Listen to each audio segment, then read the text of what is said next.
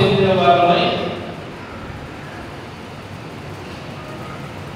దేవుని యొక్క శక్తిని ప్రభావాన్ని పొందిన వారంగా విమోచించబడిన వారంగా ఉన్నారు. అందుకనే ఆ దొంగ ఉదాహరణ తెలియజేస్తున్నారు. వేదకరమైన స్థలంలో ఉన్నాడు, కన్ను మూస్తే పాతాళంలోకి వెళ్తాడు, కన్ను తెలిస్తే కట్టిక చీకటిలో అగ్ని జ్వాల మధ్య వేదన పడే స్థలం నుండి తప్పించుకున్నాడు.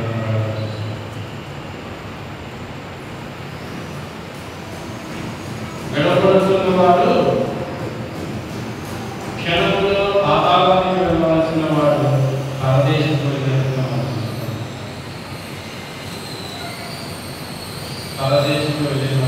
వెళ్ళిన వాడు విమోచించబడిన వాడు, విడిపించబడిన వాడు, క్షేమస్థితిలో నడుస్తున్నవాడు, సమాధానం కలిగిన వాడు చేయవలసిన పని విధేయత కలిగి జీవించాలి, ఒక బాధ్యత కలిగి జీవించాలి, ఒక భారం కలిగి జీవించాలి, ఎదుటివారిని సన్మానించాలి, ఎదుటివారిని ఘనపరచాలి, కీర్తించాలి. యేసు ప్రభు ఎవరైనా ఒక్కరినైనా ఆయన దూషించినట్లు, ఆయన శపించినట్లు, ఆయన నోరు జారినట్లు ఎక్కడైనా ఉందా? ప్రతి వారిని అంత కనపరుస్తున్నాడు, ప్రతి వారిని అలా సన్మానిస్తున్నాడు, ప్రతి వారిని ఆయన యొక్క మాట తీరు అయ్యలారా, అమ్మలారా, సహోదరుల సహోదరి, దేవుని చేత విమోచింపబడిన వారు, దేవుని కుమారులారా, దేవుని కుమార్తెలారా, దేవుని యొక్క వారసులారా, దేవుని ప్రజలారా, దేవుని సొత్తు, పరిశుద్ధులారా, బలిపులారా, నిర్దోషులారా, నిరపరాధులారా, ప్రార్థించేవారా, శ్రేష్టమైన సంబోధన చేస్తున్నారు. అది ఎప్పుడు వస్తుందంటే వినీత కలిగినప్పుడు, అంటే మనకు తిరుగుబాటు లేనప్పుడు మనకు ఆ వినీత కలుగుతుంది.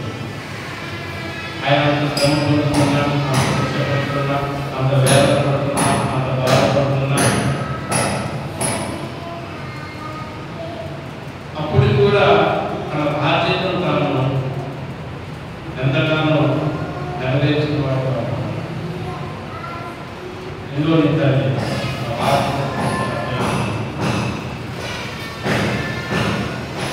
దేవుని యొక్క యేసు ప్రభు యొక్క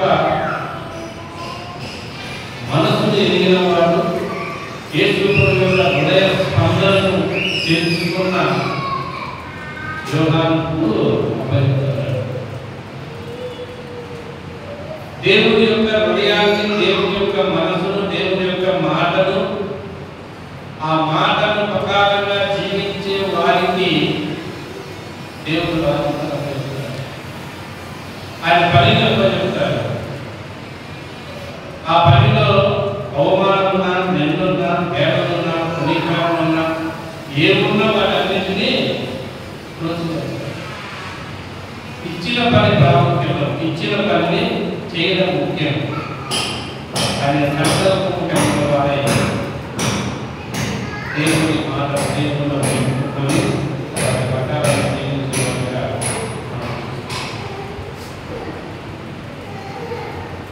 మన రైతు మాట చూస్తే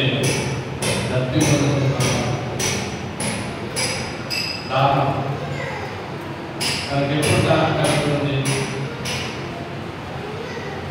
మన శరీరంలో నీటి శ్వాస తగ్గినప్పుడు, లేకపోతే ఎండ తీవ్రత, లేకపోతే ఎండలో బాగా మనం పనులు చేసినప్పుడు అప్పుడు మన బలంగా ఏమవుతుంది?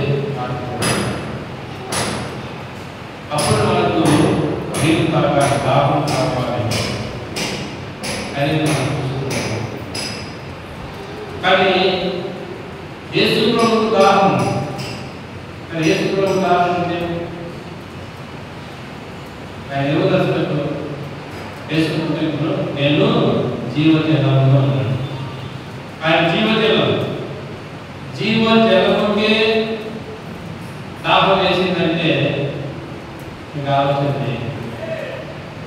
నీకు నాకు ఆ దాహం వేయడం లేదు. ఆయనకే దాహం వేస్తుంది, నీకు నాకు దాహం లేదు.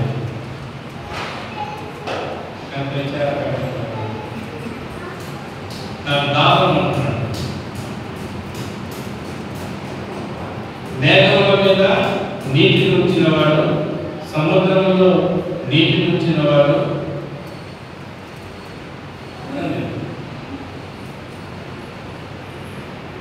నీళ్లను వేరు చేసే భూమిని వేరు చేసినవాడు, జలములు నదులు చేసిన దేవుడు దాహం. ఇంకా మనం చూస్తే ఆగరు కుమారుడికి ఎడారిలో ఉన్నప్పుడు ఇష్మాయేలుని నీటి బుగ్గలు రప్పించినవాడు. అరణ్యంలో నీళ్లు లేకుండా బండ నుండి నీళ్లు రప్పించినవాడు. ఇప్పుడు అంటే నీళ్లను సృష్టించిన సృష్టికర్త, నేనే నీళ్ళై ఉన్నాను అని తెలియజేస్తున్న ప్రభువే దాహం అడుగుతున్నాడు. ఏంటి ఆ దాహం? ఏంటి ఆ దాహం? ధనవంతుడు ఏమడుగుతున్నాడు? ఏమంటున్నాడు? తండ్రివైన అబ్రహామా, నా నాలుక చల్లార్చడానికి ఆరిపోతుంది, నాలుక ఆరిపోతుంది. ఈ వేడిని కదా, ఈ అగ్ని జ్వాలలో నాలుక చల్లారిపోతుంది, నేను చచ్చిపోతానేమో. కాబట్టి ఆ లాజరు ఉన్నాడు, అతని చేత ఒక్క పొట్టు నీళ్ళు చాలు. నా నాలుక చల్లార్చుకోవడానికి, నా దాహం తీర్చడానికి ఒక్క పొట్టు నీళ్ళు చాలు.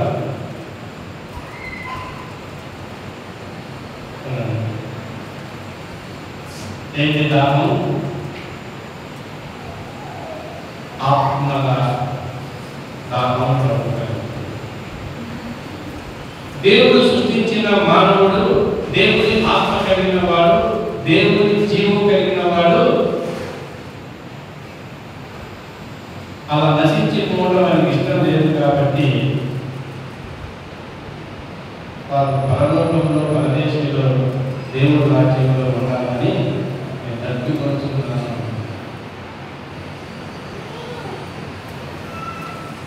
సమర్థి నీ దగ్గరకు వచ్చింది, ఆ దాహాన్ని ఇచ్చాడు.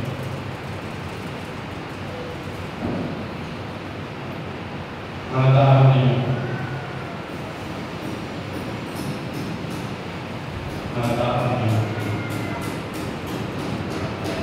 ఆయన వేదన పడుతున్నారు, కొరడాలు కొట్టబడుతున్నారు, యెరూషలేము అంతా వీల్చబడుతున్నారు,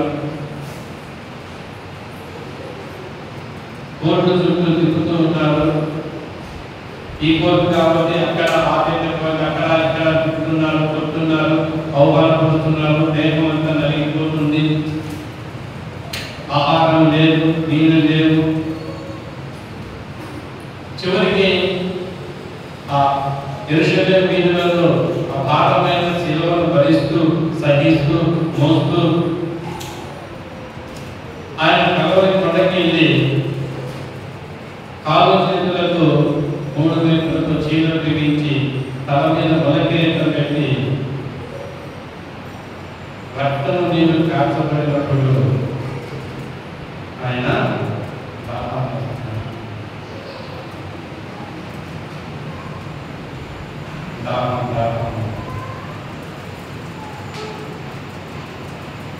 ఆయన ఆగాడు.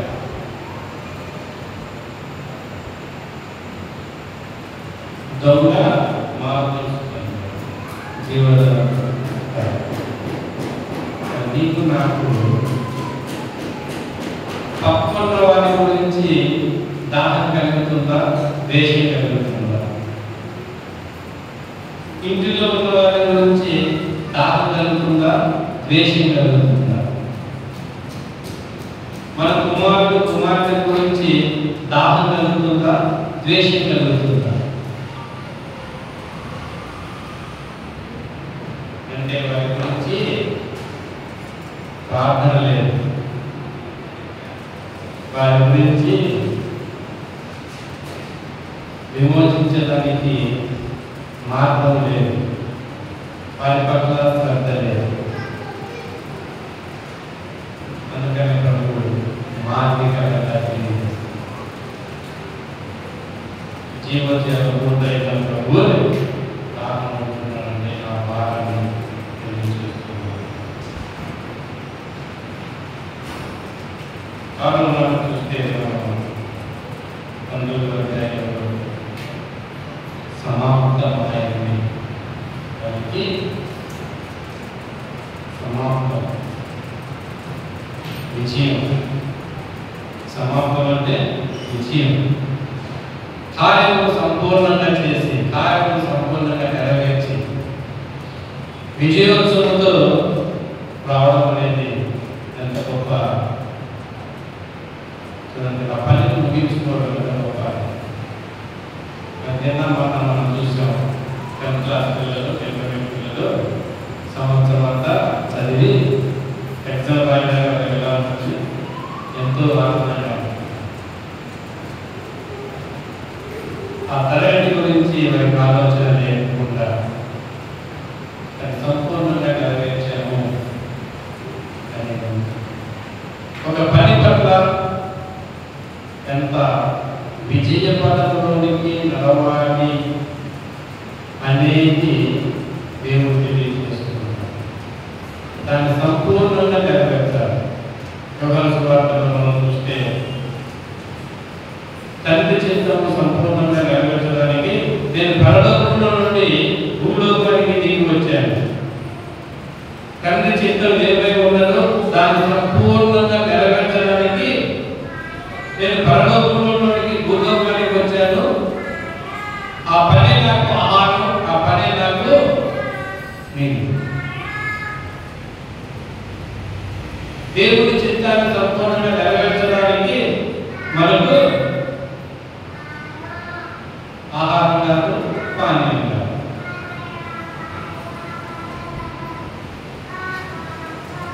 దేవుని చిత్తాన్ని ఆకాంక్షపరచడము ఆహారం, దేవుని చిత్తాన్ని సంపూర్ణంగా నెరవేర్చడము ఆహారం కాదు. సాతాను చిత్తాన్ని సంపూర్ణంగా నెరవేర్చడము ఆహారం, పానం. అది మనం సాతానుతో సంబంధం కలిగి సాతాను యొక్క ఆలోచన ప్రకారంగా, సాతాను యొక్క చిత్తాన్ని ప్రకారం నడిస్తే విజయవంతంలోకి వెళ్తామా? మన జీవితం వస్తుందేంటాం. ఒక నశించిపోతున్న ఆత్మను వెలికి రక్షించడానికి యేసు క్రీస్తు ప్రభువు వస్తున్న ప్రయాసం ఎంత గొప్పదో.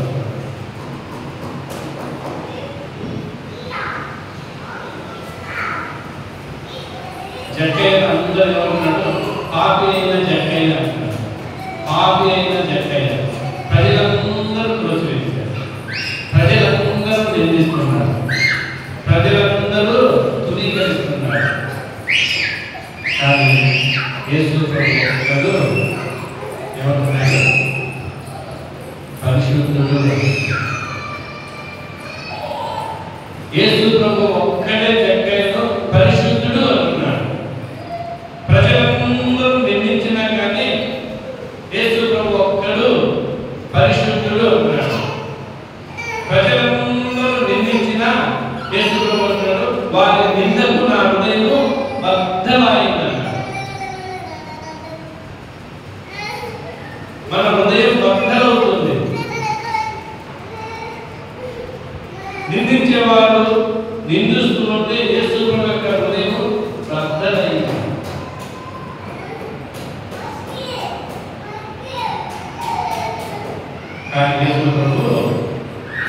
నిందించిన ఉదయం అందరైనా ఏం చేస్తున్నాడు ఇలా కనుక చెప్తాడు. తునీకరించిన ఆయన తునీకారాన్ని దేవుని చిత్తం, దేవుని చిత్తాన్ని నెరవేర్చిన వాడుగా మనం చూస్తున్నాం. ఆ కలవరి శిలువలో మానవుని యొక్క పాప పరిహార నిమిత్తం కొరకు ఆ శాపగ్రస్తమైన శిలువలను పొందడం,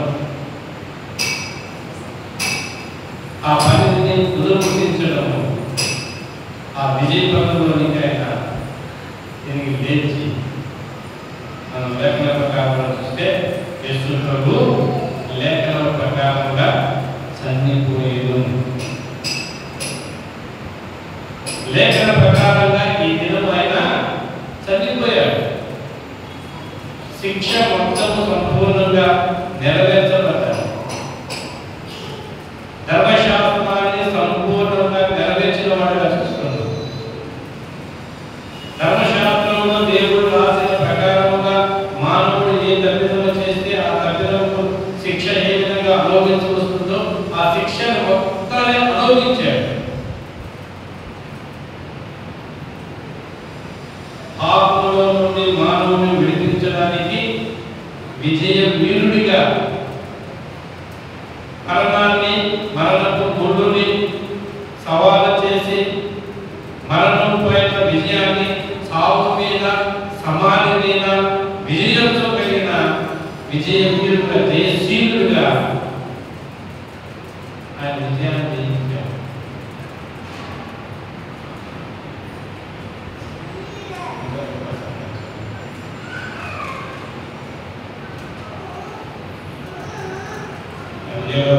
చూస్తే కళ నుంచి తండ్రికి ఆత్మ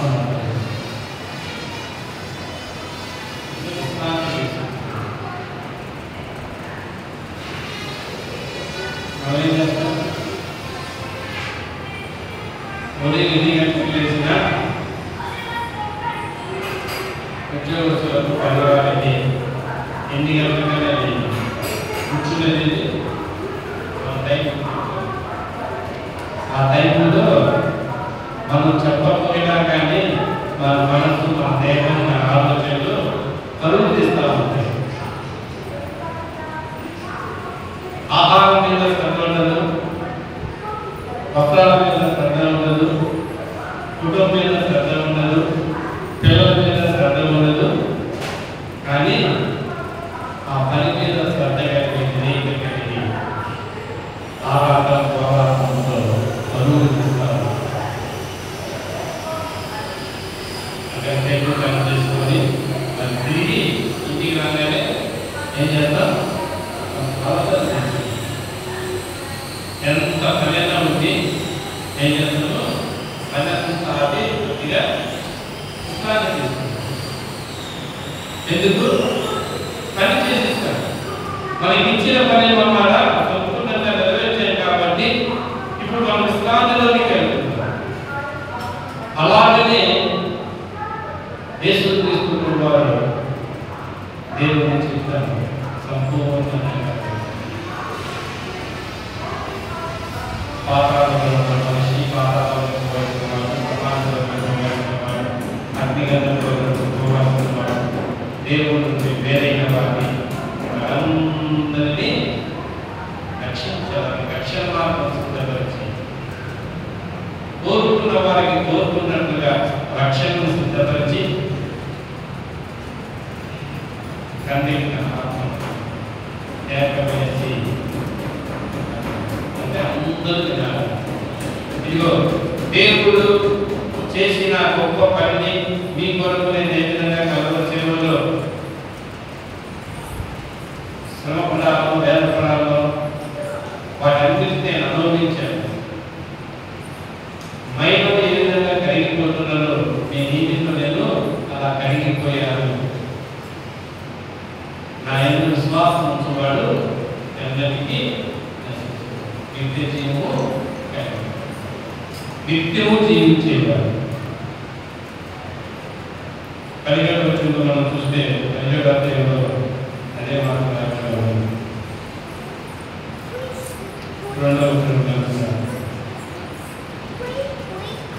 నీవు నీ కుమారునికి ఇచ్చిన వారి అందరినీ ఆయన నిత్య జీవనం అనుభవించినట్లు సర్వ స్త్రీల మీద ఆయన అధికారము అనుభవించాడు. అతిథియుడైన సజీవుడైన నిన్ను నీవు పంపిన యేసుక్రీస్తును ఇప్పుడయ్యే నిత్య జీవమును.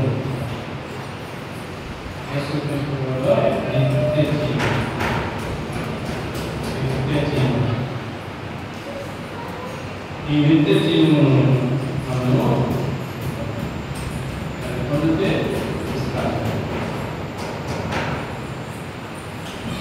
ఆరని అగ్నిని తప్పించారు, ఆరని కాలను తప్పించారు, శరీర ఋతువును తప్పించారు.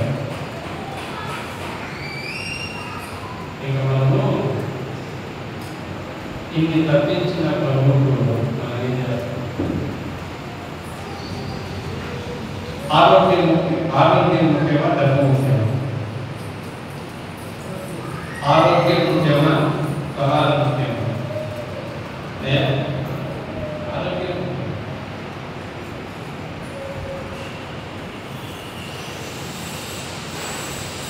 డబ్బుని ఆరోగ్యం లేకపోతే జీవితము శూన్యం.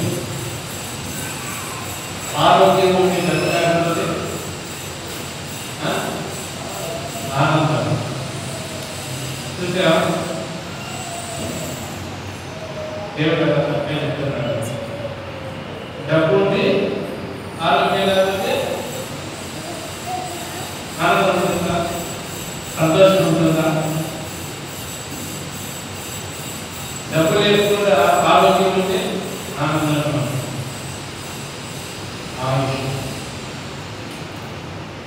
ఎవరిలో చెప్పేటప్పుడు చూస్తూ ఉంటారు, శరీరంలో కనీసం మొత్తం చూస్తే ఒక 3-4 కేజీలు ఏమైనా ఉండగా కానీ ఎముకలు పడుతుంటాయి, చర్మం మట్టబడి ఉంటుంది.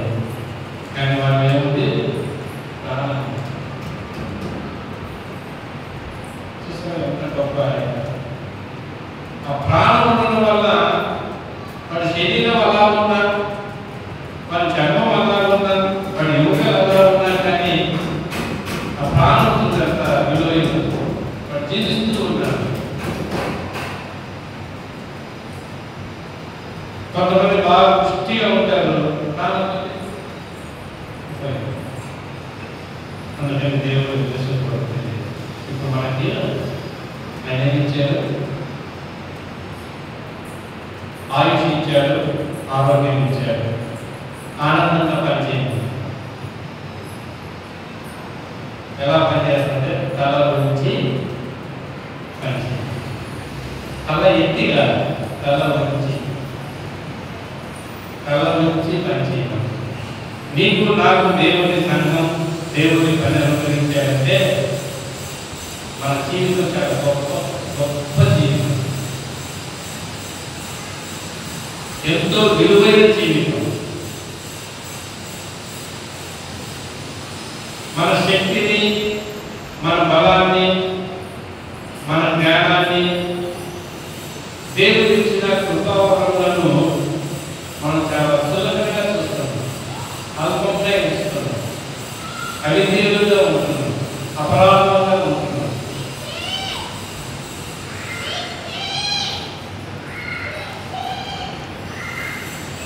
డాక్టర్ దగ్గరికి వెళ్తాం, జ్వరం వచ్చిందనుకోండి, డాక్టర్ ఏం చేస్తాం? మంచిగా టెస్ట్ రాస్తాడు. డాక్టర్ దగ్గరికి వెళ్తే వాళ్ళు రావడంతోనే టెస్ట్ రాస్తాడు. ఐదుని టెస్ట్ అన్నీ చేయిస్తాడు. ఐదుని చూస్తాడు. చూసి ప్రతి దానికి ఒక ట్యాబ్లెట్ రాస్తాడు. అక్కడ మనం ఏం ఖర్చు పెడుతున్నాం? సమయాన్ని ఖర్చు పెడుతున్నాం, ధనాన్ని ఖర్చు పెడుతున్నాం. కానీ సంపూర్ణమైన స్వస్థత వస్తుందా? ఆరోగ్యం వస్తుందా?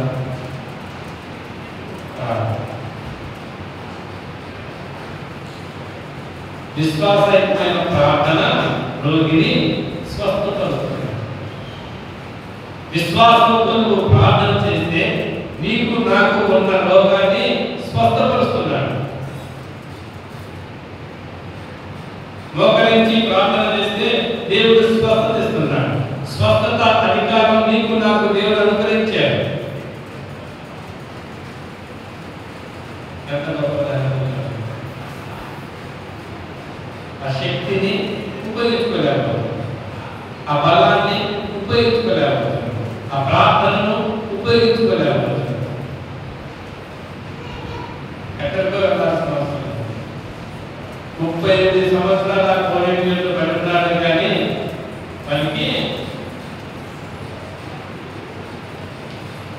ఆహారం కలిగిన వారి ఆ కోనేటిలో తిరిగే వారి కొరకు ఎదురు చూస్తున్నాడే కానీ ప్రార్థించలేదు.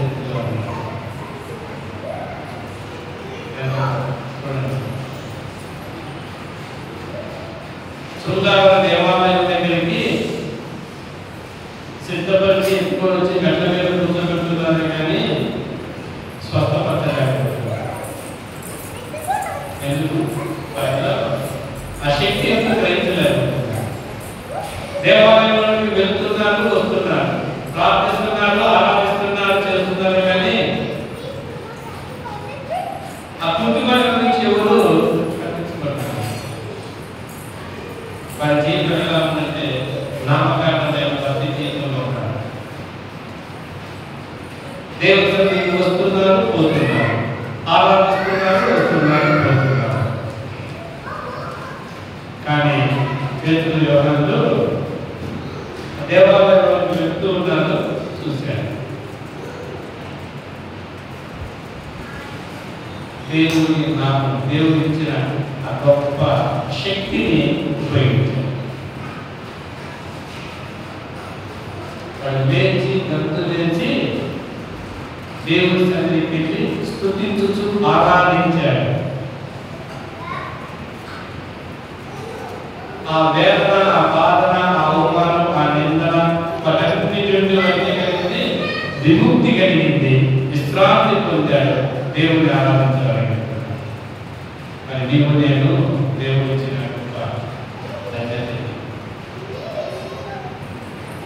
ఆయన 7 మాటలు పలికాడు, నిపుణులుగా పలికాడు.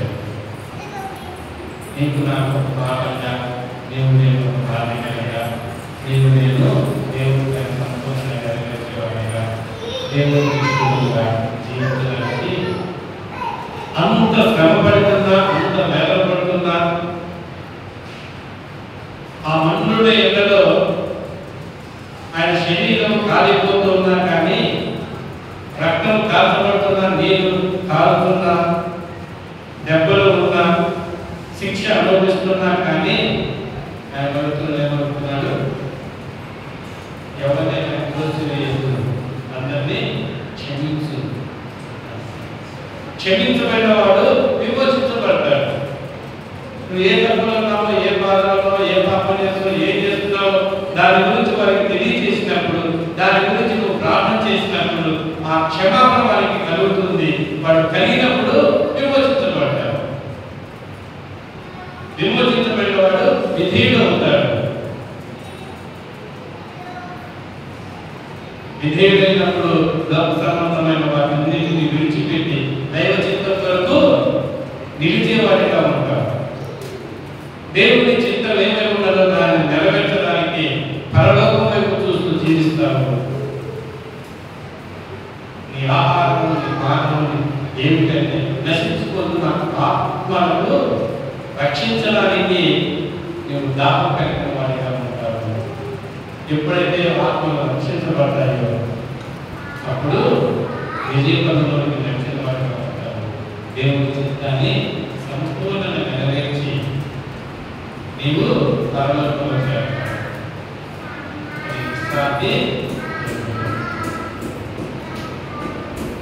అని యేసు ప్రభువు తెలియజేశారు.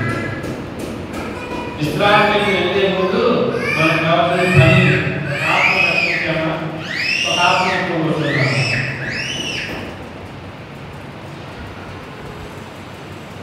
అనేది మనం నష్టపరుచుకొని, పరిష్కరించుకొని, విమర్శించుకొని, మనం భోజనం